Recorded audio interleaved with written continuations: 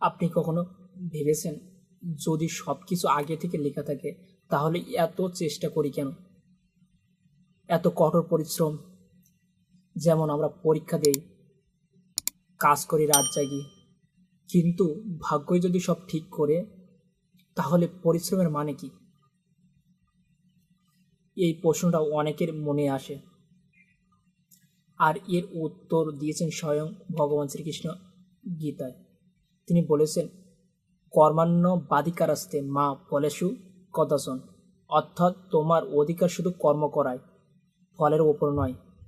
কিন্তু এর মানে এই নয় যে ফল আসবে না। ফল আসবে, অবশ্যই আসবে, শুধু সময় লাগে। আচ্ছা, একটু ভাবুন তো, আপনি কি এক মুহূর্ত সম্পূর্ণ কর্মহীনভাবে থাকতে পারবেন? না, পারবেন না। শ্বাস নিচ্ছেন সেটাও কর্ম, ভাবছেন সেটাও কর্ম, ঘুমের মধ্যেও মন কাজ করছে সেটাও একটা কর্ম। গীতায় বলেছে মানুষ এক মুহূর্ত কর্মহীন থাকতে পারে না, কারণ প্রকৃতি আমাদের সেই সুযোগ দেয়ই না। তাহলে প্রশ্ন হলো, আমরা কি ধরনের কর্ম করছি? এখানে একটা অদ্ভুত সত্য, যদি কাঁটার বীজ জমিতে বপন করো সেখান থেকে কাঁটাই পাওয়া যাবে। সেখানে যদি 7 দিনব্যাপী ভাগবত পাঠ, হরিনাম জপ সব কিছুই করেন, ওখান থেকে ফুল অথবা ফল প্রাপ্ত করা সম্ভব নয়। বীজই ঠিক করে যে ওখান থেকে কি পাবেন। যদি ফলের বীজ লাগান তাহলে ফল পাবেন, আর কাঁটার বীজ বপন করলে কাঁটাই পাবেন। ভালো মানুষ কেন কষ্ট পায় আর খারাপ মানুষ কেন সুখে থাকে? এটা এটা আমাদের সমাজে বেশিরভাগ হয়ে থাকে। আমরা দেখি সৎ মানুষ সারা জীবন কষ্ট করছে, একজন মিথ্যাবাদী আরামে আরামে আছে। তখন মনে হয় এটা কি কোনো ন্যায় বিচার আছে? আমরা যদি একটা দেখি, ব্যাংকের একটা টাকা, আমরা যদি ব্যাংকে 1 লাখ টাকা রাখি, বছরে আনুমানিক 8,000 টাকা, প্রায় 8,000 টাকা লাভ পাই।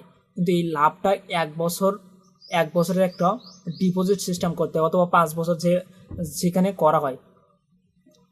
এখানে যদি কেউ তার বছর পূর্ণ হবার আগে টাকাটা উত্তোলন করে, সেখানে সে কোনো লাভই পায় না। তেমনই আমাদের কর্ম করার সময় যে কর্মের ফল একটা নির্দিষ্ট সময় পর সেটা পাওয়া যায়, আগে থেকে সেটা পাওয়া যায় না। আর এইখানে ভালো মানুষ কেন কষ্ট পাচ্ছে? মানে ভালো মানুষের পূর্বের জন্মে কোনো না কোনো প্রারব্ধ কর্মের ফল অবশ্যই ভোগ করতে হবে।